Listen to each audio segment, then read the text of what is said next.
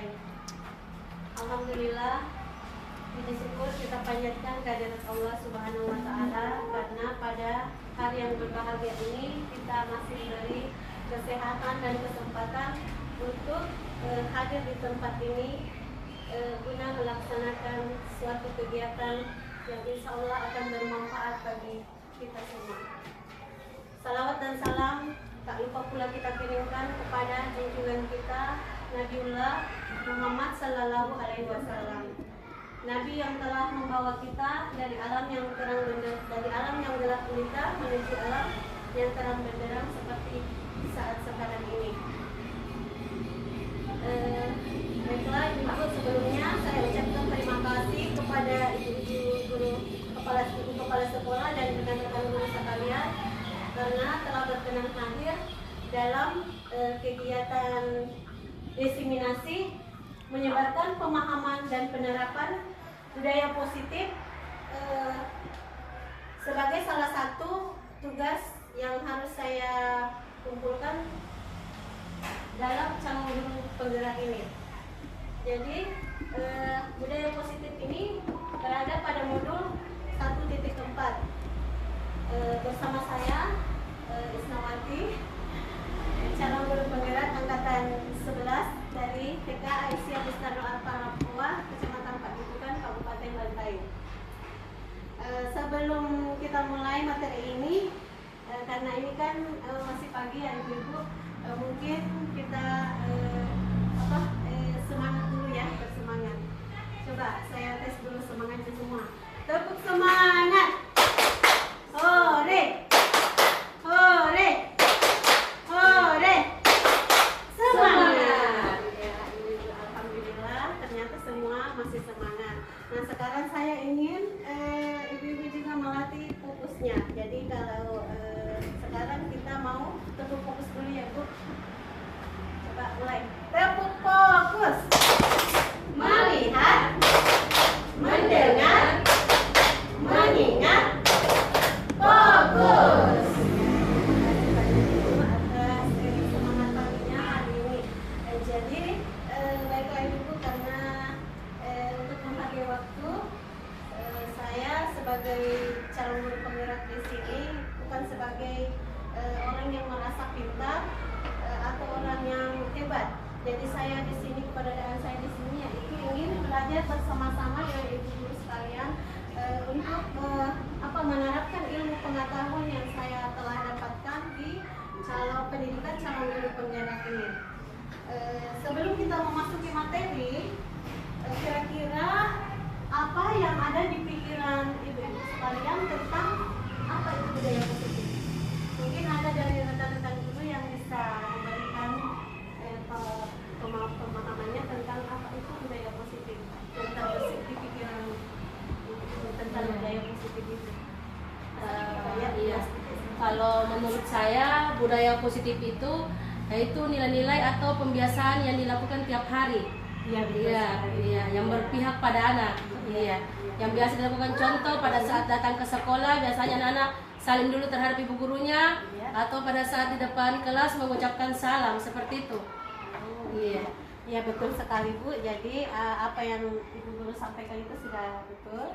Mungkin ada dari teman-teman lain yang bisa mendeskripsikan tentang apa itu budaya positif. Silakan ibu ya.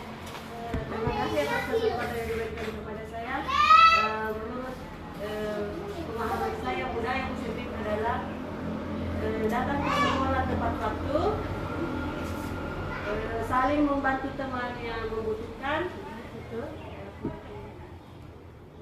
berbicara sopan dan baik terhadap semua orang yang ada, baik anak didik maupun teman-teman guru.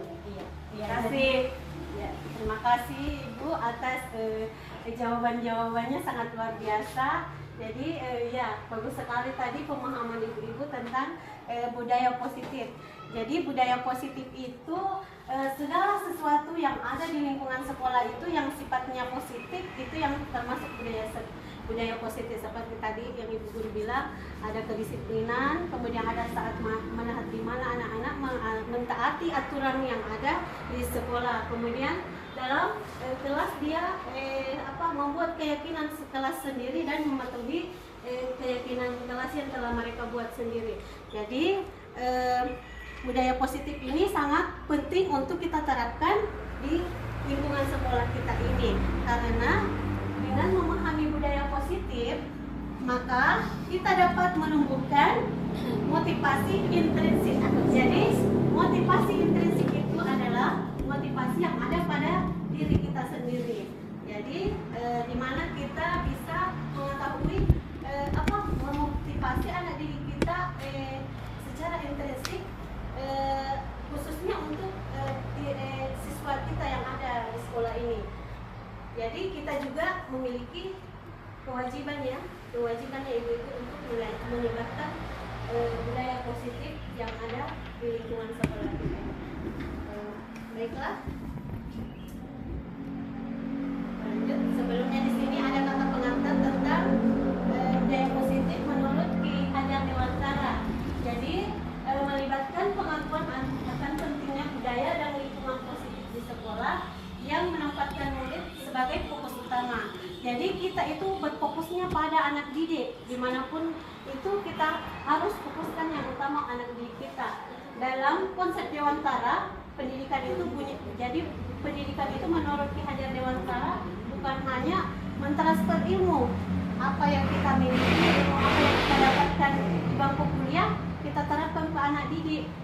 Bukan hanya itu, Bu. Jadi kita selain transfer ilmu, kita juga membentuk karakter anak didik kita, bagaimana supaya anak didik kita itu menjadi manusia yang bisa bermanfaat dan bisa berguna bagi orang lain.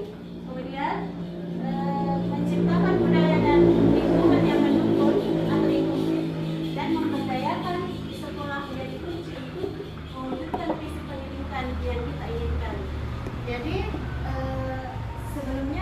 sebelum kita terapkan budaya positif itu ke anak didik kita, sebaiknya kita harus memulai dari diri kita dahulu, karena tidak mungkin anak-anak akan mencontohi kita yang kurang positif.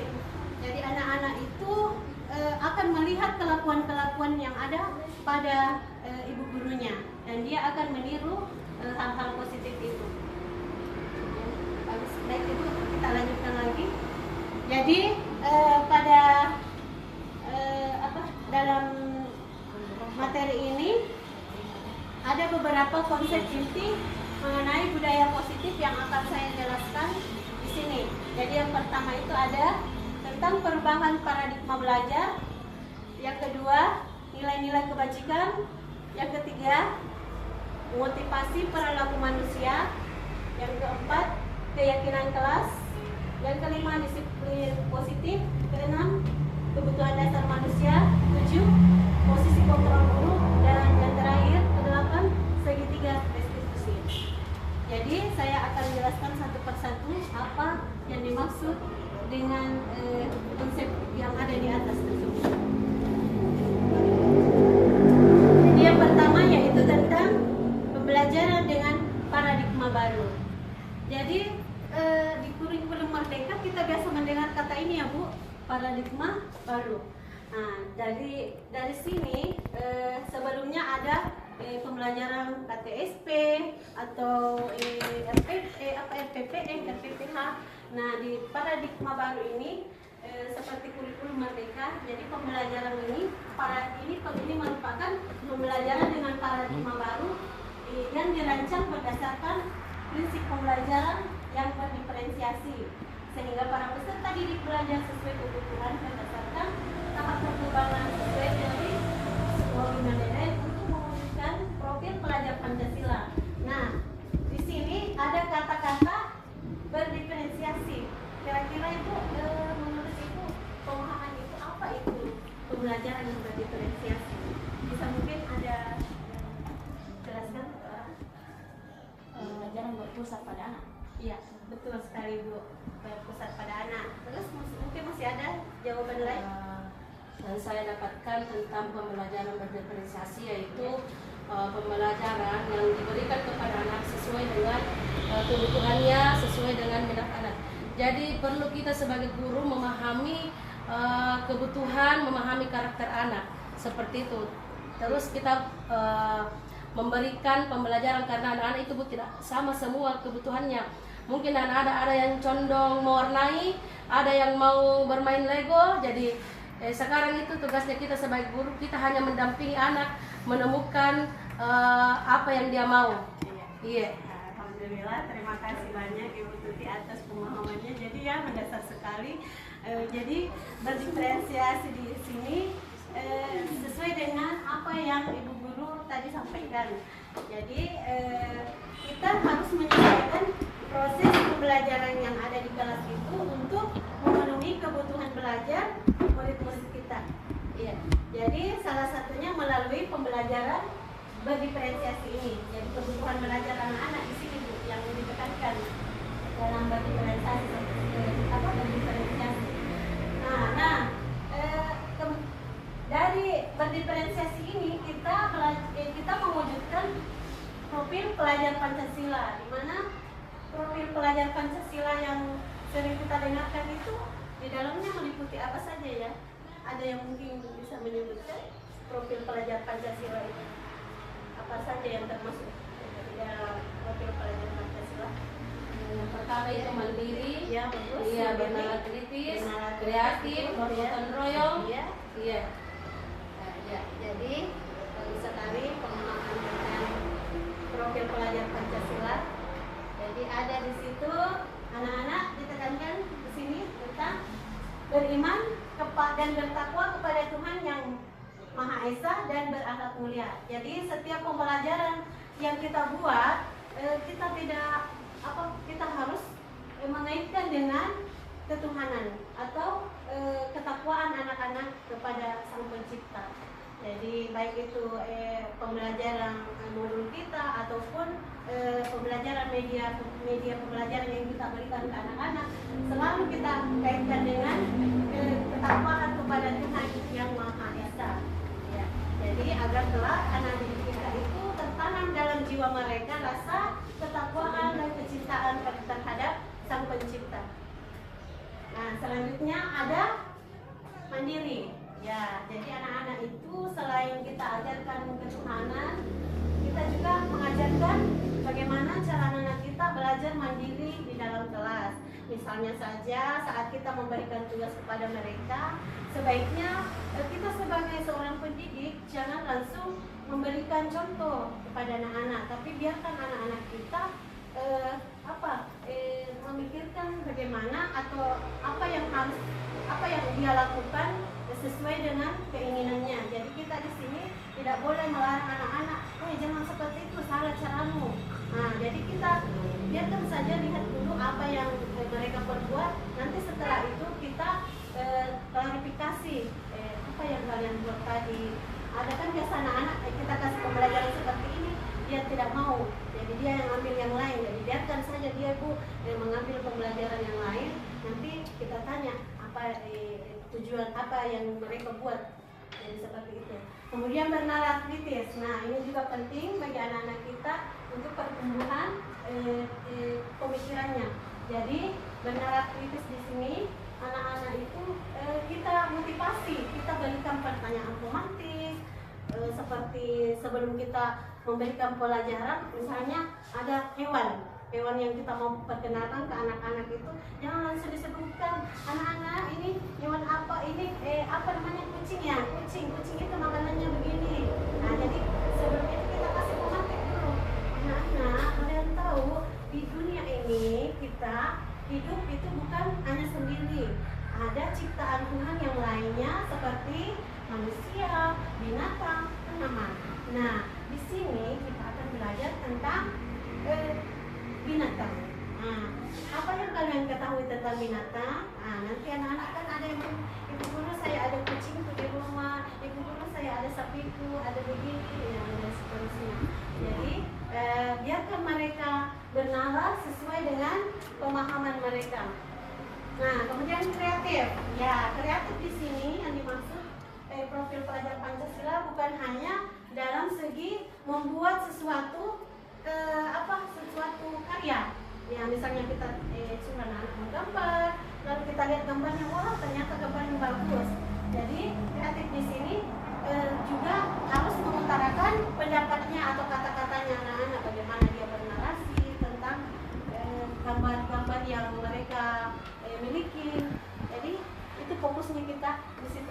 Kemudian bergotong royong, ya ini sering kita lakukan di sekolah kita, baik sesama guru, kemudian anak didik. Jadi anak didik itu bisa mencontoh dari gurunya sebelumnya, itu seperti membersihkan sekolah, lingkungan sekolah, kemudian yang ada di dalam kelas ini harus kita bergotong royong. Nah selanjutnya berkebinekaan global. Jadi berkebinekaan global di sini itu menyeluruh, yang ada seperti penyerapannya dalam pembelajaran budaya, membuat makanan tradisional, kemudian pakaian daerah, lagu-lagu daerah. Jadi kita tidak boleh tinggalkan itu, Bu. Jadi kalau kita mengajar kepada anak-anak tentang angka, misalnya angka 1 sampai 5, kita jangan tinggalkan budaya kita yang memakai bahasa Ponjo. Jadi tetap kita ajarkan, Ibu.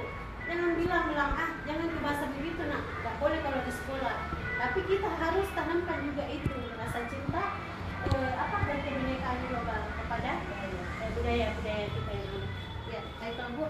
Mungkin bisa dipahami? Ya, terima kasih. Kita lanjut. Nah, di sini ada juga tentang miskonsepsi tentang teori kontrol.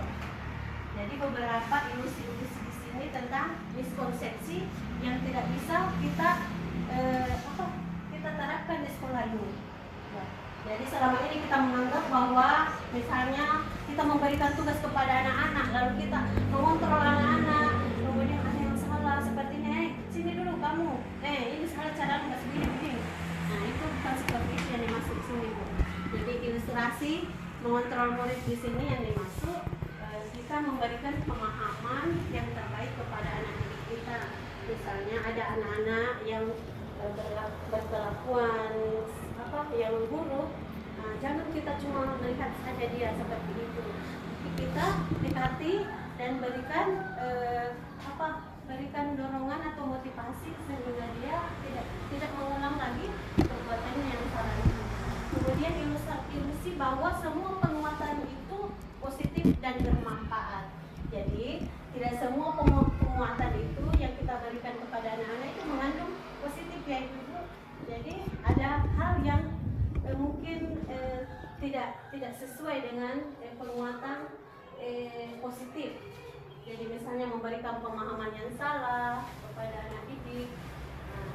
Terus ada ilusi bahwa orang dewasa berhak memaksa. Jadi ini adalah miskonsepsi yang salah ya tentang teori kontrol. Jadi kita tidak boleh sebagai seorang pendidik, kita tidak boleh memaksakan apa Ibu? Kepada anak-anak? Memaksakan? Ya, memaksakan keinginannya. Nah, kalau dalam belajar seperti tadi yang saya jelaskan, jadi kalau anak-anak ingin belajar ini, ya silakan kasih pelajaran itu. Jangan kita fokusnya pada keinginan kita, tapi kita biarkan saja anak kita mau belajar apa. Nanti kita kan di sini kan cuma sebagai guru kita hanya memberikan pemahaman dasar kepada diri.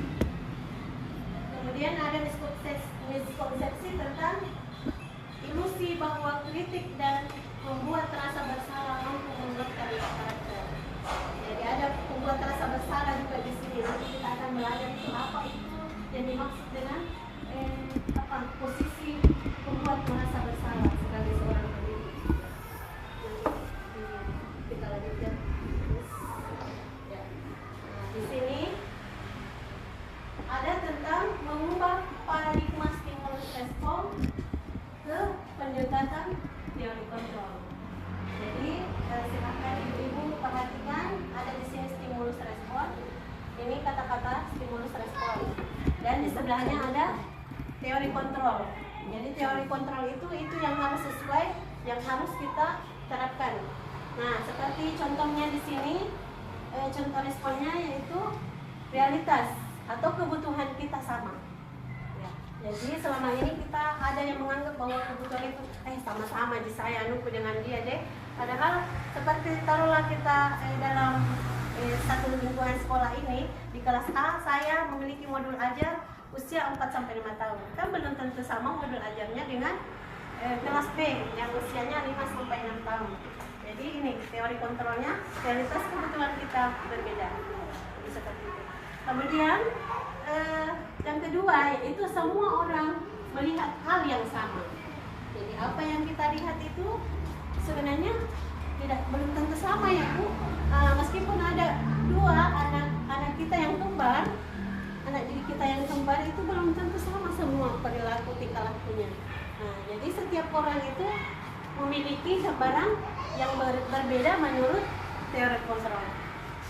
Yang ketiga yaitu kita mencoba mengubah orang agar berpandangan sama dengan kita.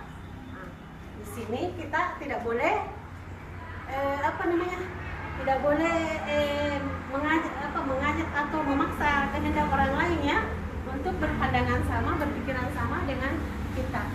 Dalam hal ini mungkin hal-hal yang sifatnya pribadi ya.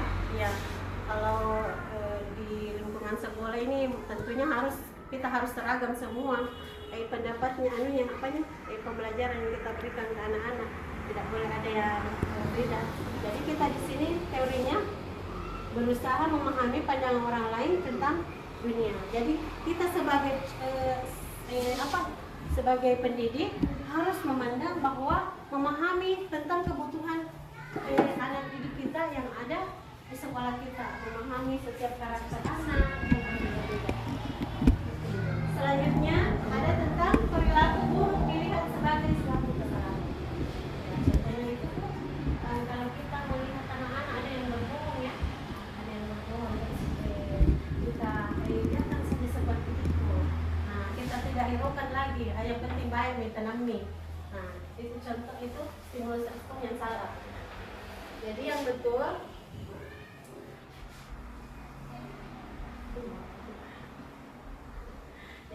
di sini adalah semua perilaku memiliki tujuan. Jadi ada tujuannya masing-masing.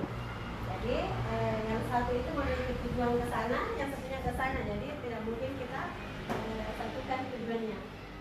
Nah, kemudian miskonsepsi selanjutnya stimulus respon selanjutnya itu orang lain bisa mengontrol saya. Di sini teori kontrolnya hanya Anda yang bisa mengontrol diri Anda sendiri. Seperti itu. Kan tidak mungkin kan teman kita bisa mengontrol kita, mengontrol diri kita secara pribadi, tapi mereka sendiri yang akan mengontrol dirinya. Kemudian saya bisa mengontrol orang lain. Di sini stimulus respon, kemudian teori kontrolnya. Anda tidak bisa mengontrol orang lain. Ya, kita tidak bisa mengontrol orang lain. Kemudian ada pemaksaan ada pada saat bujukan gagal. Jadi ada kebiasaan bujukannya gagal. Mungkin kita sudah mengalami seperti itu ya Bu. Nah di sini teori kontrolnya ya kita harus menyaksikan dengan kolaborasi dan konsensus menciptakan pilihan yang baru. Kemudian yang terakhir yaitu model berpikir menang atau kalah. Nah di sini teori kontrolnya model berpikirnya yaitu menang. Ya, bagaimana Bu? Apakah ada yang ingin ditanyakan? Atau kita lanjutkan saja? Lanjut. Nah, pembelajaran selanjutnya yaitu disiplin positif. Nah, yang sebelumnya saya ingin bertanya kepada Ibu, kira-kira apa ya yang Ibu ketahui tentang disiplin positif? Disiplin apa itu disiplin? Ya, disiplin lah. Mematuhi aturan yang berlaku. Iya, betul sekali. Selain itu Bu, ada mungkin yang lain?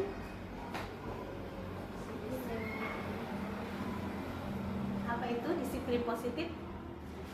Ya, jadi baiklah, saya akan memberikan pemahaman tentang disiplin positif. Jadi disiplin positif itu asal kata dari kata disiplina, yang berarti belajar. Ya, jadi belajar. Disiplin mengacu kepada disiplin diri yang memiliki tanggung jawab terhadap apa yang dilakukan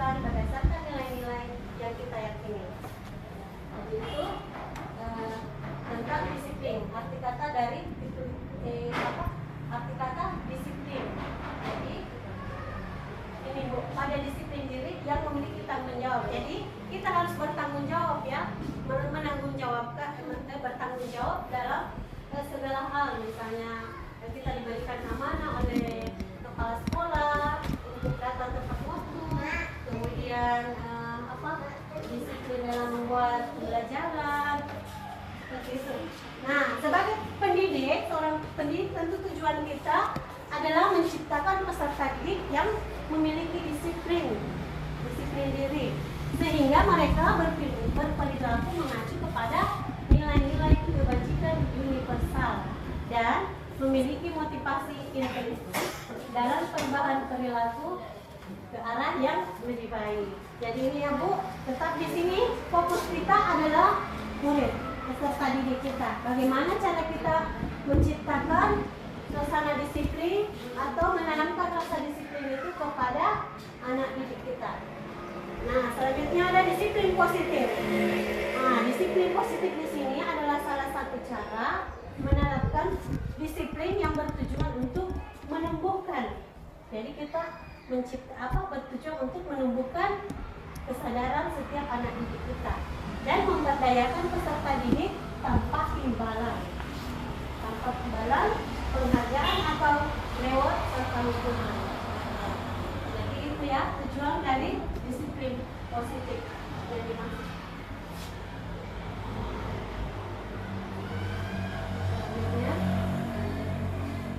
Selanjutnya di sini ada nilai-nilai kebajikan.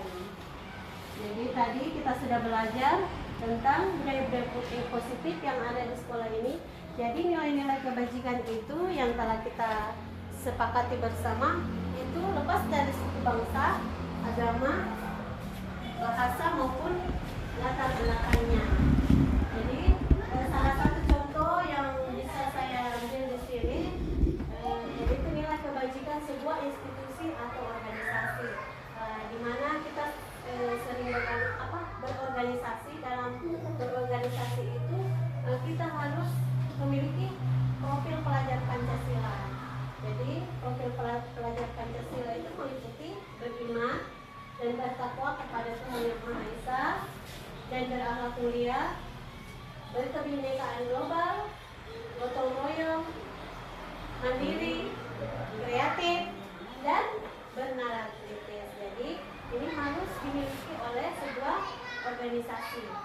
Selanjutnya ada Ibu Primary Yes Program atau disingkat dengan PYP.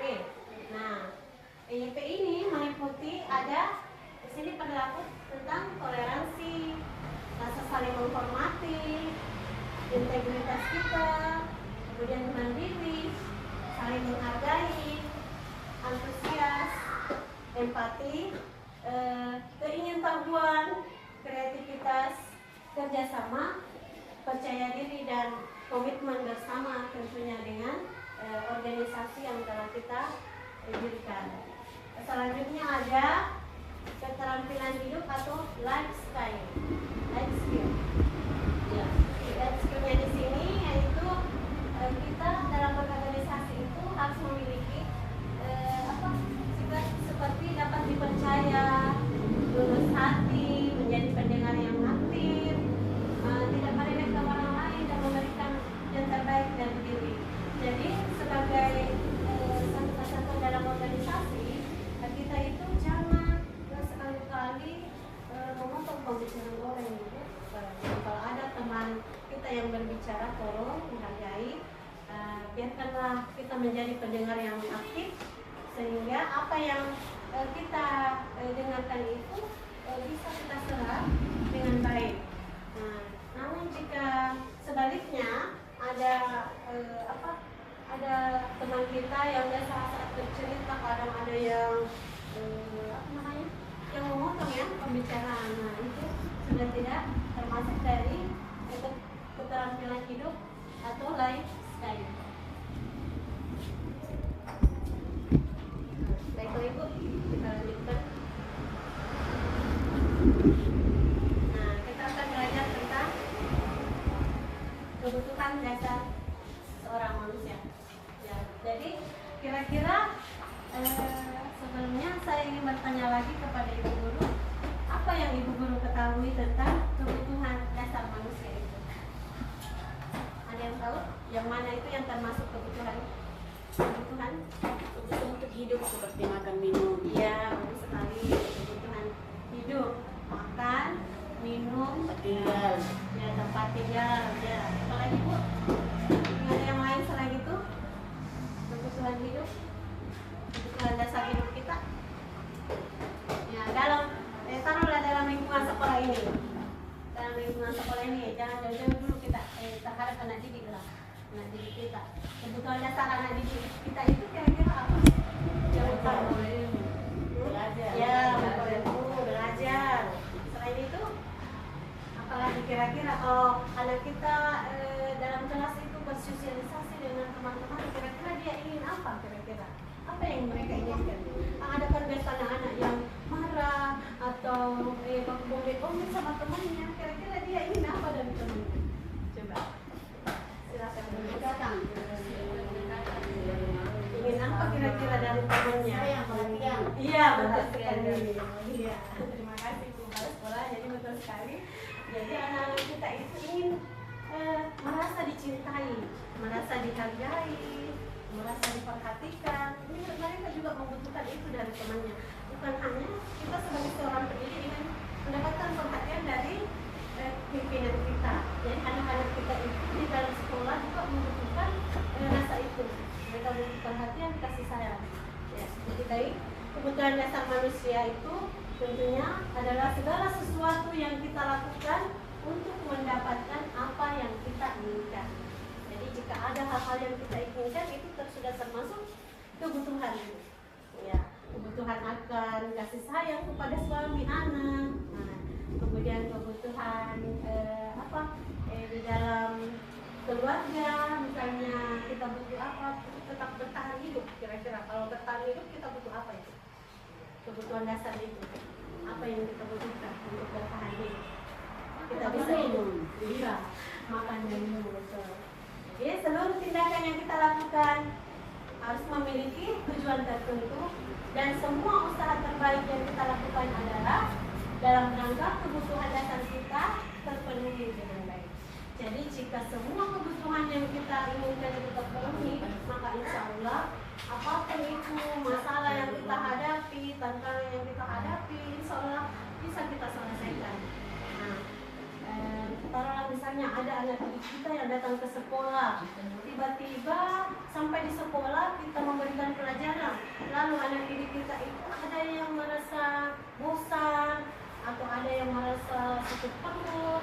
Nah itu ada kita harus memantau memperhatikan itu Bu semua jadi jangan asal mengajar saja kita harus perhatikan kita ke dia kenapa kira kira-kira tadi waktu datang sekolah kira-kira apa ya apakah dia makan dulu atau tidak karena kan ada biasa anak-anak yang pergi sekolah tidak minum susu atau tidak makan sarapan nah itulah salah satu kebutuhannya yang tidak terpenuhi sehingga anak didik kita itu merasa lemas saat belajar di dalam kelas dan kemudian merasa merasa bosan karena kebutuhannya tidak terpenuhi dengan baik. Nah, selanjutnya ini ya. Jadi kebutuhan dasar manusia itu ada 5 itu. Jadi harus kita ketahui.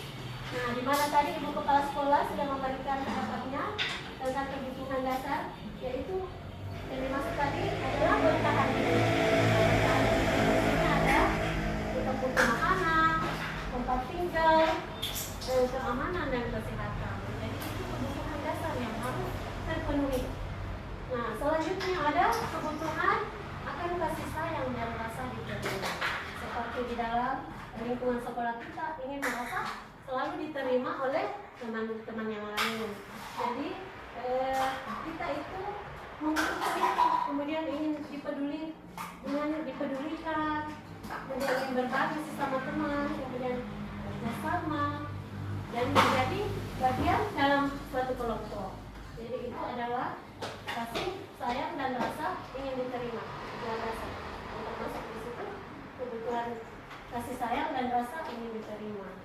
Jadi jika kita selama ini sebelum saya masuk guru penggerak, saya juga tidak tahu apa itu tentang kebutuhan manusia seperti ini. Ternyata setelah saya masuk, saya sudah tahu ternyata ini bagian-bagiannya yang termasuk dalam kebutuhan kebutuhan manusia. Ada yang bertahan hidup, kasih sayang, merasa diterima, penguasaan, kebebasan, dan kesenangan. Ya. Jadi lanjut, kebutuhan dasar manusia yang ketiga yaitu tentang penguasaan. Penguasaan di sini di mana kita ingin selalu dihargai, selalu harga diri kita. Ya, kita memiliki harga diri, kemudian keinginan untuk dianggap, memimpin suatu lembaga atau memimpin suatu rapat, kemudian berprestasi dan diakui serta didengarkan.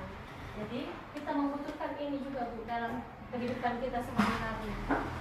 Kemudian ada kebebasan, kebutuhan akan kebebasan. Kebutuhan akan kebebasan di sini seperti memilih, memiliki pilihan, mencoba hal yang baru dan mampu mengendalikan arah dirinya. Jadi itu merupakan kebebasan yang mandiri, kebebasan dalam berkebutuhan dasar manusia. Nah, selanjutnya ada kebutuhan akan kesenangan. Jadi ketika keempat ini sudah terpenuhi, kita harus juga memiliki itu kebutuhan kesenangan. Nah, contohnya apa Ibu?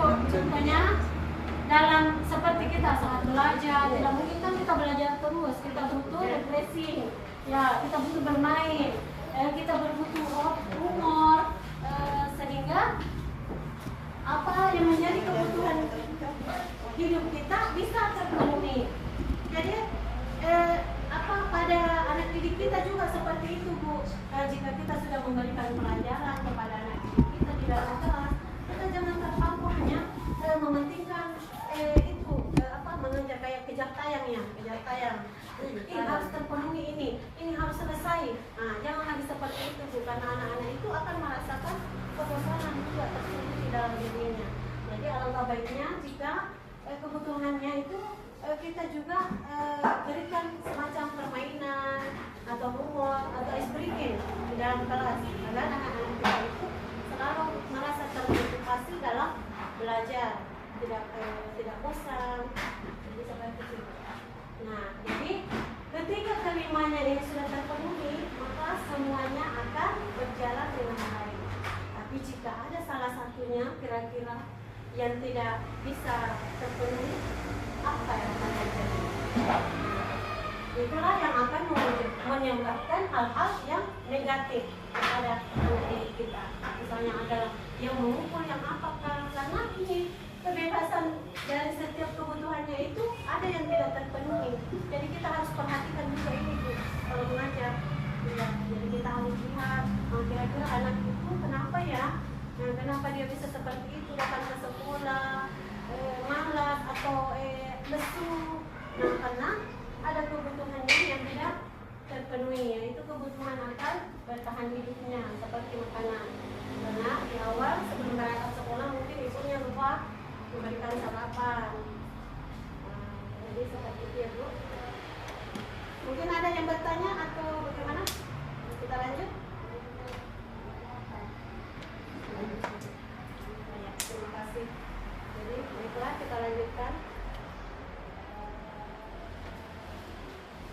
Ya, jadi kita lanjut di sini tentang pembelajaran yaitu motivasi perilaku manusia.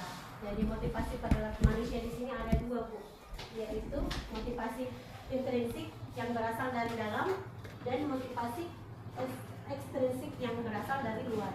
Nah, seperti ini.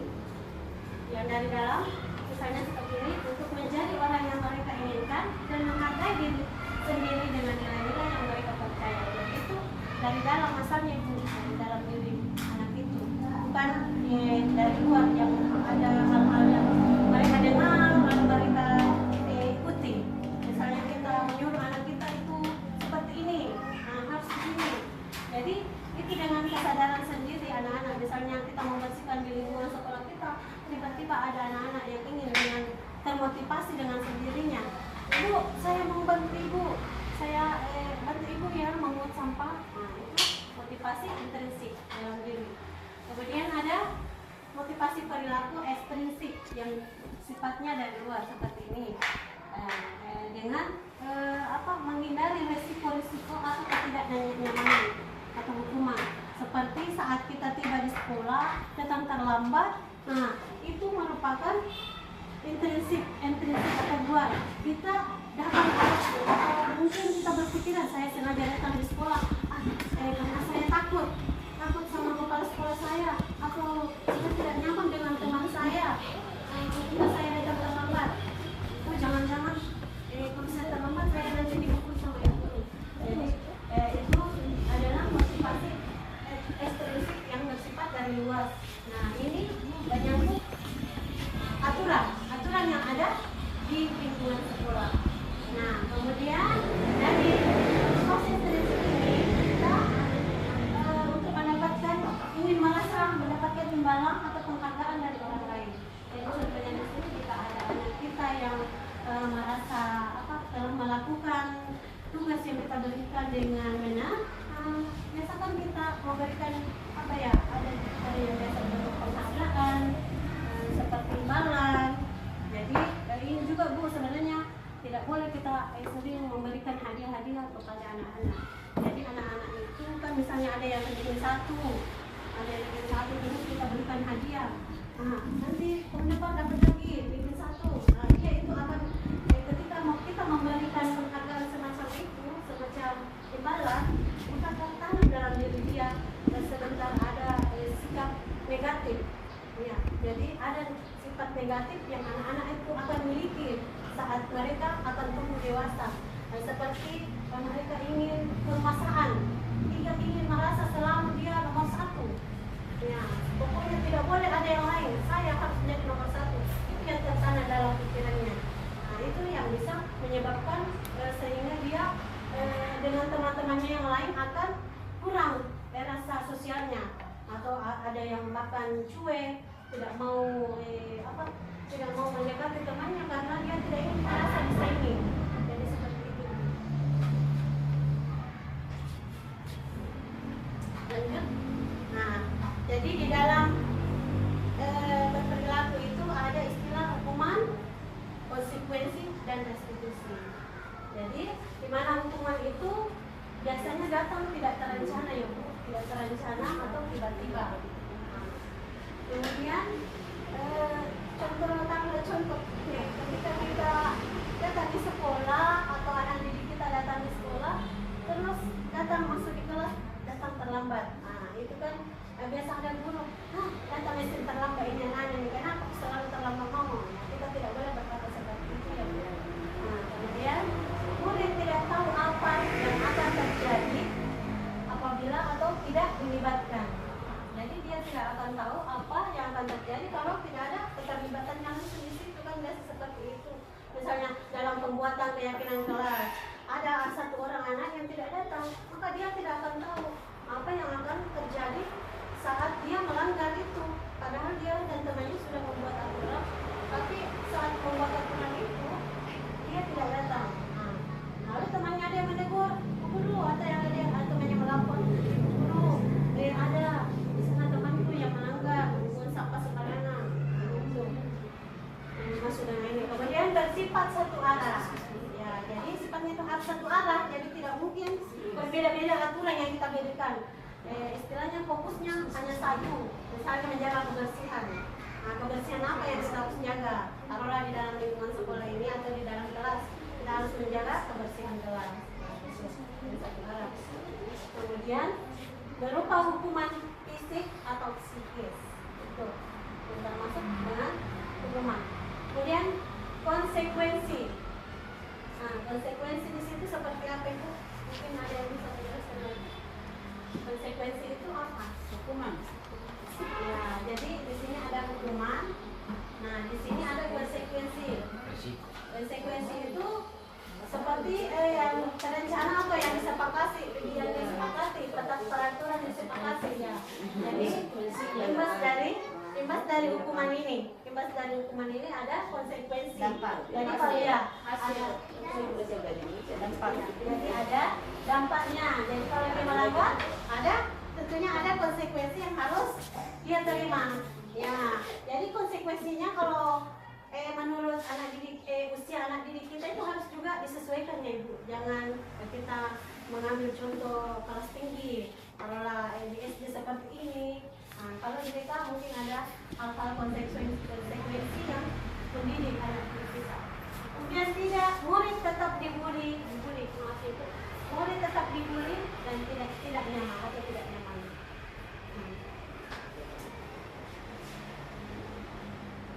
Nah, jadi konsekuensi selanjutnya yaitu meskipun dia sudah melakukan yang terbaik, tapi masih ada bullying di dalam sekolah itu. Masih ada yang merasa temannya yang mengejek dia. Nah, itu bullying. Ya, bullying ada tetap dibully. Ya, bullying. Selanjutnya yaitu sikap guru selalu memonitor murid.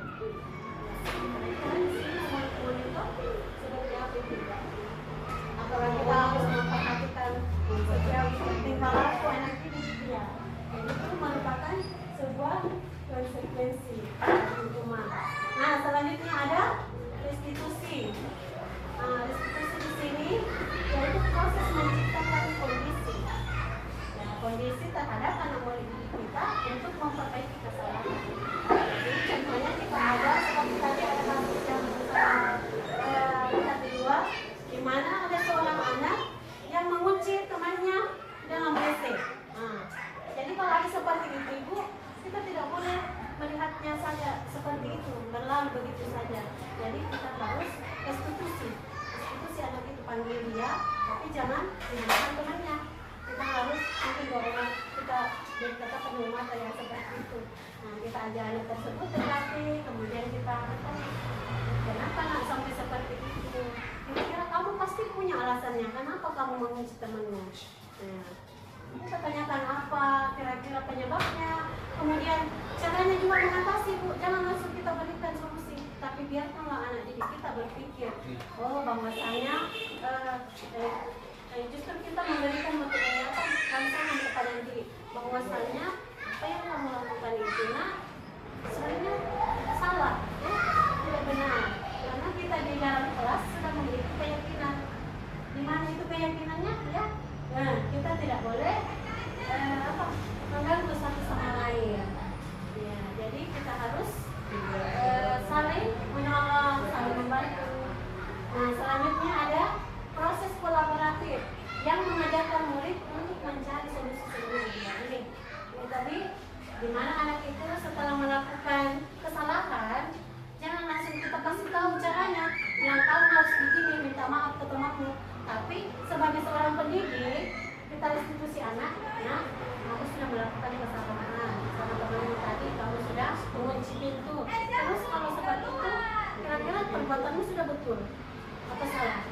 Salah ibu guru. Nah, terus kalau sudah salah, nah, kira-kira lama selanjutnya apa yang akan kamu ambil? Kamu akan melakukan apa terhadap temanmu? Kalau kamu sudah salah, maka kamu harus apa sama temanmu supaya temanmu itu tidak menangis atau tidak merasa kamu itu musuh dari dia. Nah, jadi anak-anak itu dengan sendirinya akan berpikir, oh ibu guru saya mau minta maaf, saya akan lakukan itu. Dan kapan kamu mau minta maaf sama dia? Sekarang ibu guru, kalau begitu, nah ayo sekarang kita pergi menemui teman kita, ya minta maaf ya sama teman itu, seperti itu. Jadi lanjut, nah di sini kita belajar lagi tentang 5 posisi kontrol guru. Kira-kira ibu dari kelima posisi kontrol guru sebagai penghukum, membuat merasa bersalah, teman atau teman aja. Kira-kira kalau ibu guru, saya tanya ibu guru, ibu Ida dulu. Kira-kira ibu guru Ida ada di posisi mana ini jika ibu sebagai seorang guru, posisi kontrol yang ibu guru akan ditekankan di mana? Silakan ibu, apa yang ibu ketahui, jangan takut salah, silakan. Pemahaman ibu, yang mana kira-kira? Kalau saya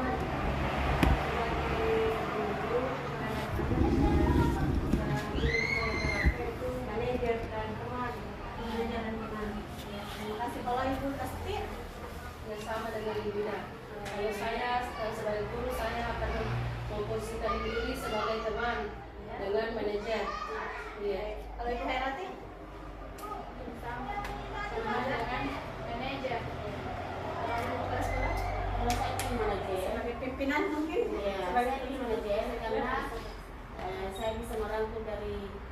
kalimat keempat, posisi kontrol guru.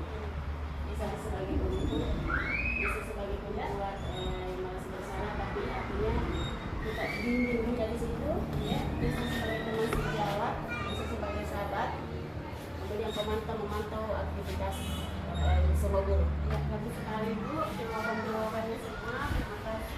Jadi ya, alhamdulillah sudah bagus ya tentang pemahamannya tentang 5 posisi kontrol guru ini. Nah, jadi baiklah, langsung saja saya lanjutkan.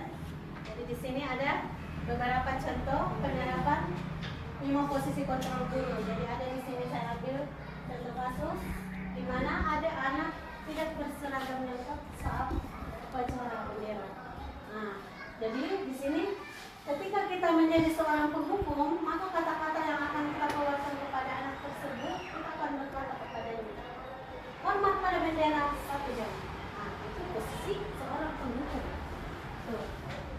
Nah, selanjutnya, jika kita merasa kita sebagai seorang pembuat merasa bersalah, maka kita akan berkata kepada anak itu, beberapa kali ibu bapak bilang harus memberitahu kamu, karena selalu saja mengecewakan kamu. Oke, di sini kalimatnya seperti nada suaranya seperti itu. Jadi kita harus bedakannya. Hormat pada bendera itu adalah posisi kontrol guru sebagai seorang penghukum. Nah, jika ada yang mengatakan beberapa kali ibu bapak harus memberitahu kamu selalu saja mengecewakan ibu bapak, maka posisinya di sini sebagai membuat merasa bersalah. Selanjutnya masih di contoh kasus yang sama, jika posisi kontrol guru sebagai seorang teman, maka dia akan berkata, ayo dong, ikuti aturan sekolah. Tolong bantu bapak itu ya, kali ini. Ya sudah, tidak apa-apa. Lain kali jangan sampai berbuat seperti ini lagi ya. Jadi itu contoh-contoh kalimat. Bagaimana ya, kalau kita memandang ini sebagai teman, pendekatannya kita merasa dekat dengan. Nah, jika kita sebagai posisi kontrol pembuat merasa bersalah, maka kita akan mengatakan, kamu sudah melanggar peraturan sekolah, kamu tahu konsekuensinya. Setelah upacara, kamu beratribut ke koperasi dan jangan diulang lagi. Ini adalah salah satu perkataan dari posisi kontrol seorang guru yang selalu membuat merasa bersalah. Selanjutnya, yang kelima atau yang terakhir yaitu posisi kontrol sebagai seorang manajer. Jadi jika kita seorang manajer, maka kita akan mengatakan kepada anak didik kita, apakah kamu tahu kesalahan kerja? Kira-kira bagaimana kamu memperbaiki kesalahanmu? Itu yang akan kita lakukan jika kita sebagai seorang manajer. Jadi ada step-step di situ tuh. Jadi semuanya itu ada kata-kata atau kalimat-kalimat yang kita ungkapkan kepada anak-anak. Ada yang positif, ada yang kurang menyenangkan bagi anak. Seperti itu. Mungkin ada yang bisa memberikan contoh jika posisinya sebagai seorang teman kepada anak didik seperti apa itu? Bisa mungkin ada yang memberikan contoh dari kasus di atas. Mungkin selain ini kita bisa ambil contoh lain. Selain dari anak tidak berseragam saat sekolah, saat upacara bendera, apa kira-kira apa contoh kasus yang bisa? Mengumpul temannya, ya, mengumpul saat anak itu bermain di satu lingkungan permainan, kemudian dia ada datang temannya satu orang mengambil mainannya, lalu teman yang satu yang dia mainan tadi memukul temannya. Nah, posisi kita sebagai seorang guru bagaimana? Harus bagaimana di sini? Jadi dari kalimat di atas kita bisa lihat mengambil contoh seperti ini. Nah, kita kan tahu ya bahwa kita memiliki aturan di sekolah, kita tidak boleh menyakiti teman kita. Nah, jadi kita berharap kamu jangan melakukan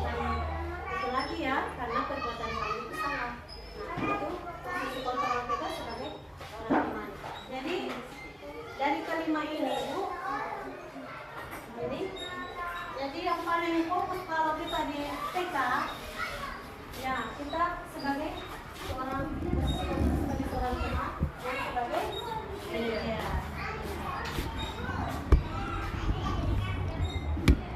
Selanjutnya, nah mungkin ada yang bisa mendeskripsikan ini posisi mana kira-kira? Posisi kontrol apakah aku? Kalau kita berkata, saya kecewa sekali dengan kamu. Di mana kira-kira letak posisi kontrol kata-kata ini? Saya kecewa sekali dengan kamu. Ketika kita melihat dari kalimat ini, di mana kira-kira itu letaknya tadi? Membuat merasa ya boleh. Membuat merasa bersalah. Saya kecewa sekali dengan kamu. Selanjutnya ada posisi kontrol. Apakah aku? Kamu tidak pernah mendapat nilai jika tidak mengerjakan tugas hukum. Ya betul. Jadi posisi kontrol itu adalah di mana kita memaknai suatu kejadian.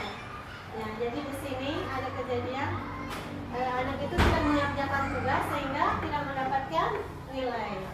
Itu adalah posisi kontrol. Baiklah, mungkin bisa kita lanjutkan Bu atau masih ada yang ingin dipahami?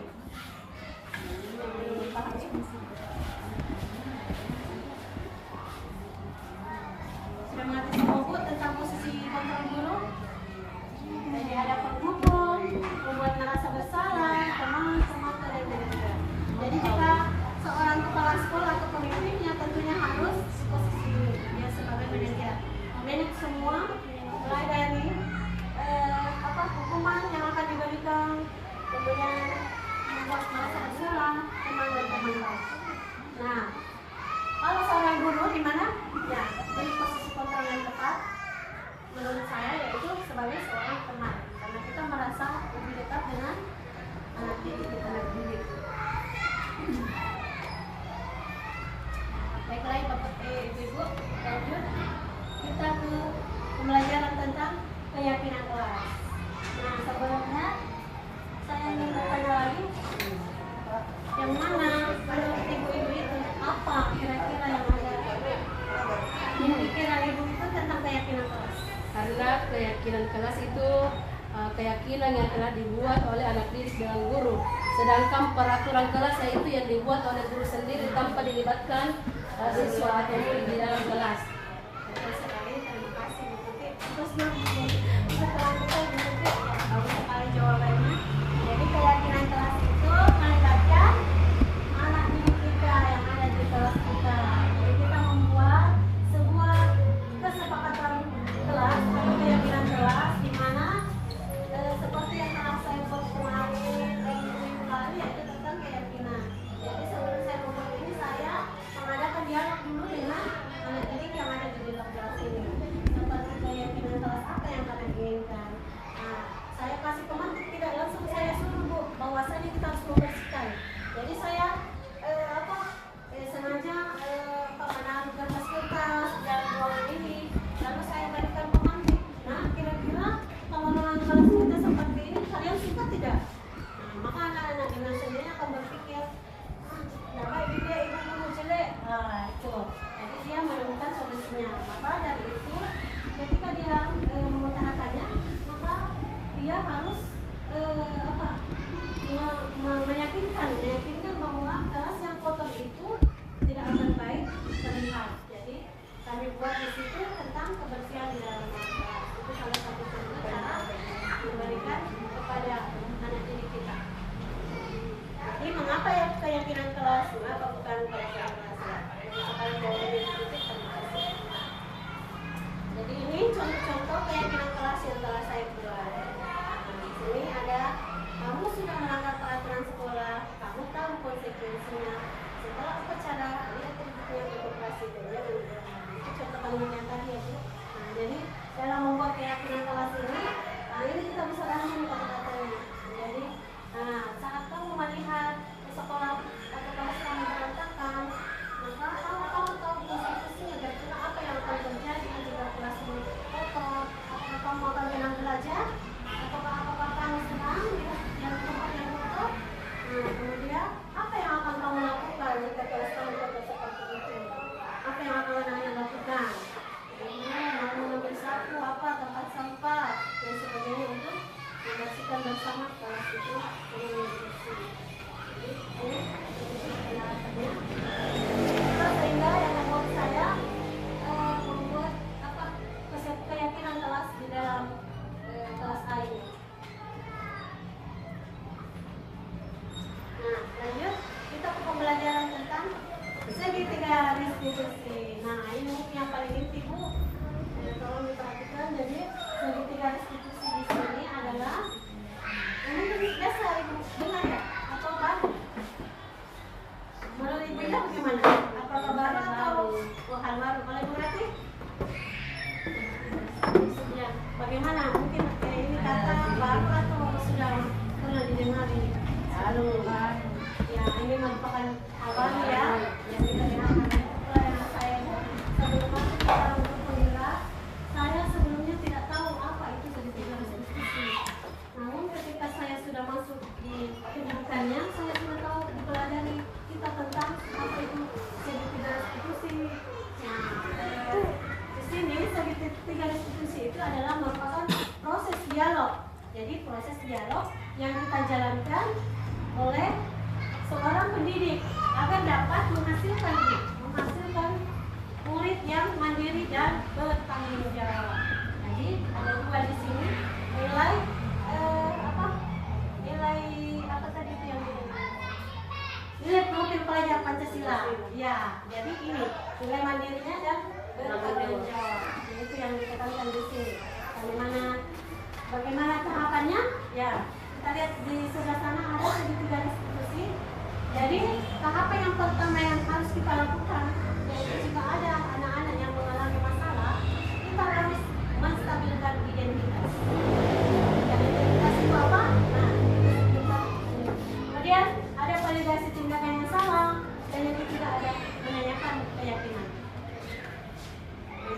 Nah, di sini menstabilkan identitas berdasarkan prinsip membuat kesalahan adalah bagian dari proses pembelajaran. Jadi, ketika anak itu membuat suatu kesalahan, maka saat kita menstabilkan identitas, inilah kata-kata yang pemantik yang harus kita utarakan kepada anak-anak. Jadi bukan kita membuat merasa bersalah kepada anak itu. Jadi seharusnya kita tetap seperti ini. Nah, berbuat salah itu wajar, tidak apa-apa. Kita kan manusia biasa yang tidak sempurna. Ibu guru juga pernah kok melakukan hal itu.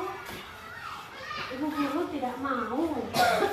Ketika ada anak yang bermasalah, kita jangan ada ambil-ambilkan ya, jangan ada yang ini diperhatikan, yang satunya tidak. Jadi kita di situ sebagai seorang pendidik harus mengimbangi. Jadi ada kata-kata itu, ibu guru tidak mau mencari siapa yang salah, tapi ibu guru mencari solusi dari permasalahan kamu ini. Nah, selanjutnya kamu berhak merasa seperti itu. Kamu wajar marah, kamu wajar seperti itu. Tapi ketika kita sadari apakah sudah betul cara yang kita lakukan, seperti itu kata yang bisa kita berikan ya, kepada anak. Selanjutnya ada validasi tindakan yang salah. Jadi setelah anak-anak berbuat salah, nah kita validasi lagi tindakannya itu dengan cara kita memberikan lagi motivasi seperti atau pemantik. Kamu pasti punya alasan mengapa melakukan hal itu. Kamu punya alasan. Nah, itu kira-kira alasanmu apa sehingga kamu berbuat seperti itu? Seperti tadi, dulu kan saya sudah berikan contoh. Padahal kamu bisa loh melakukan yang lebih buruk dari itu. Misalnya ada anak yang tadinya bermain, tiba-tiba memukul temannya, terus ada sapu di dekatnya. Padahal dia bisa saja mengambil kayu atau sapu lalu memukul temannya. Tapi mungkin dengan ada perasaan atau tanpa disengaja anak-anak kita memberitahu ucapan seperti ini, dia bisa mengambil. Dia akhirnya memukul temannya, lalu kita memvalidasi anak tersebut. Padahal kamu bisa loh melakukan hal yang lebih buruk dari yang tadi yang telah kamu lakukan. Kemudian kamu patut bangga karena telah melindungi sesuatu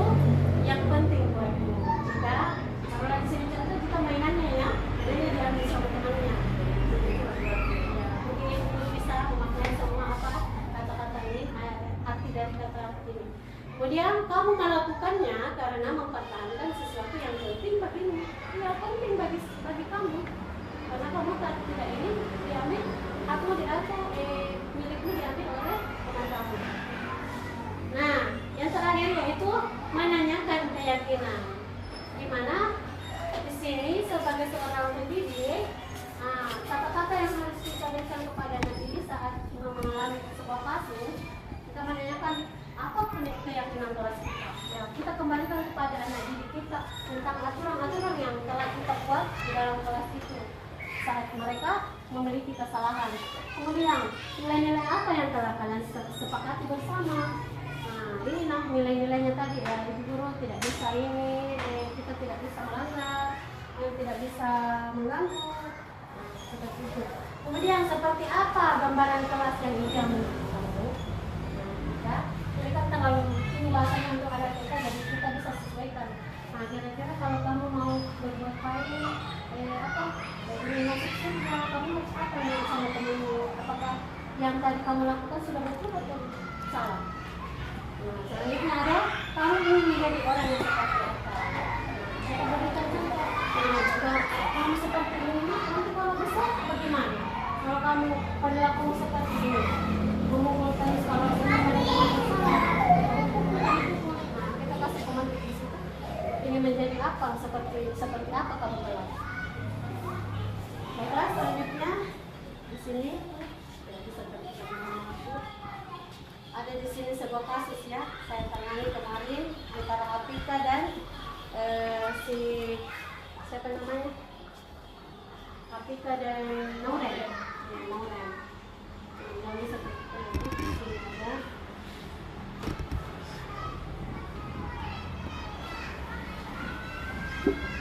Di mana si Apika saat belajar bersama temannya itu tiba-tiba saat bermain tiba-tiba mengambil punya Noren, mengambil punya Noren dengan tidak meminta izin terlebih dahulu. Jadi sebelum saat kejadian itu ada seorang teman yang melihat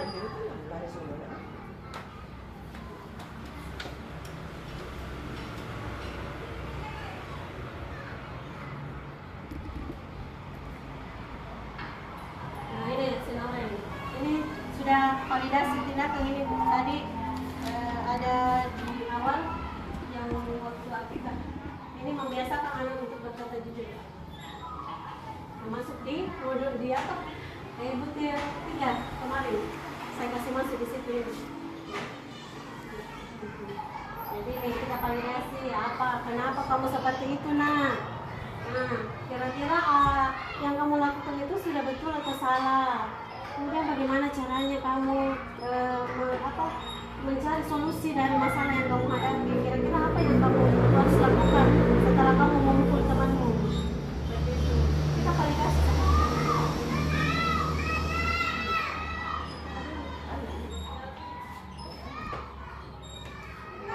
Jadi setelah anak ini menemukan solusinya, bahwasanya dia ingin memohon maaf kepada teman yang telah dia pukul tadi. Nah, jadi saya mengajak anak tersebut bertemu langsung untuk meminta maaf. Di sini ada videonya. Nah,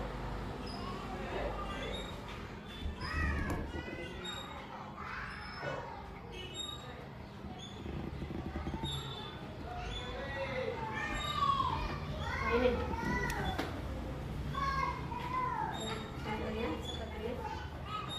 Kita validasi maka kita menyelesaikan masalah ya. Kita menanyakan keyakinan tadi. Dari setelah keyakinan itu kita tanyakan, maka kita ambil solusi seperti ini, menyelesaikan masalah.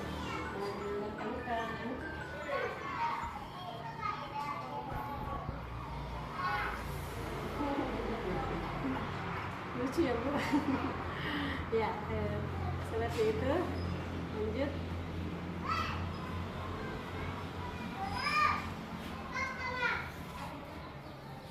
Nah, di sini yang terakhir ada penutup. Jadi, Bu, dari hal-hal positif yang telah kita pelajari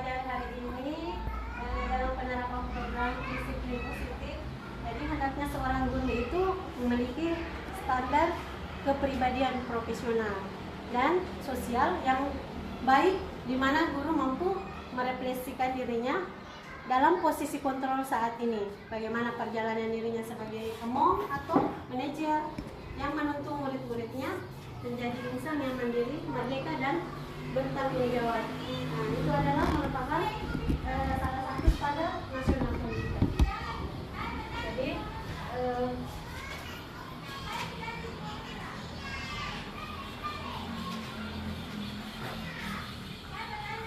demikianlah Ibu materi yang bisa saya sampaikan pada hari ini. Semoga bermanfaat untuk kita semua. Lebih dan kurangnya mohon dimaafkan karena saya sebagai pribadi sebagai seorang yang berdiri di hadapan ibu sekarang ini bukan hebat ya. Saya juga masih belajar tentang cara bagaimana saya sehingga bisa memiliki kepribadian yang profesional sebagai seorang guru. Akhir kalam, marilah kita tutup acara ini dengan bersama-sama mengucapkan hamdalah. Alhamdulillah. Terima kasih. Billahi fisabilillah, fastabiqul khairat. Assalamualaikum warahmatullahi wabarakatuh. Waalaikumsalam warahmatullahi wabarakatuh.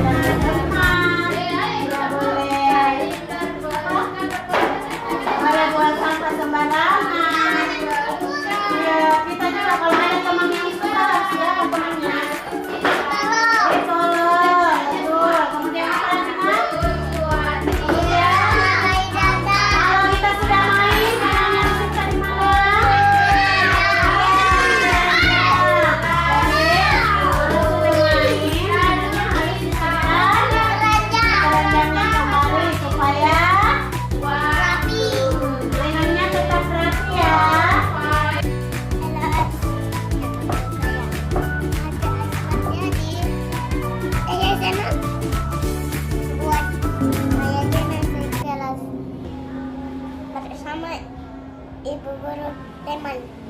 Dadah. Dadah.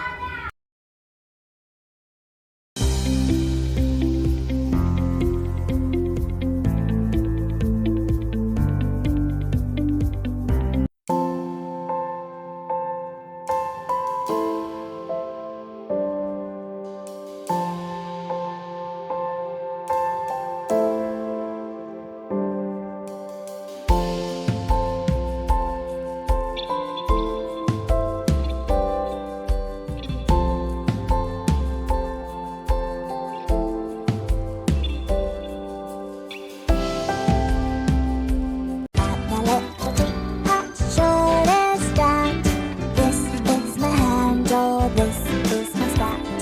But I get all sting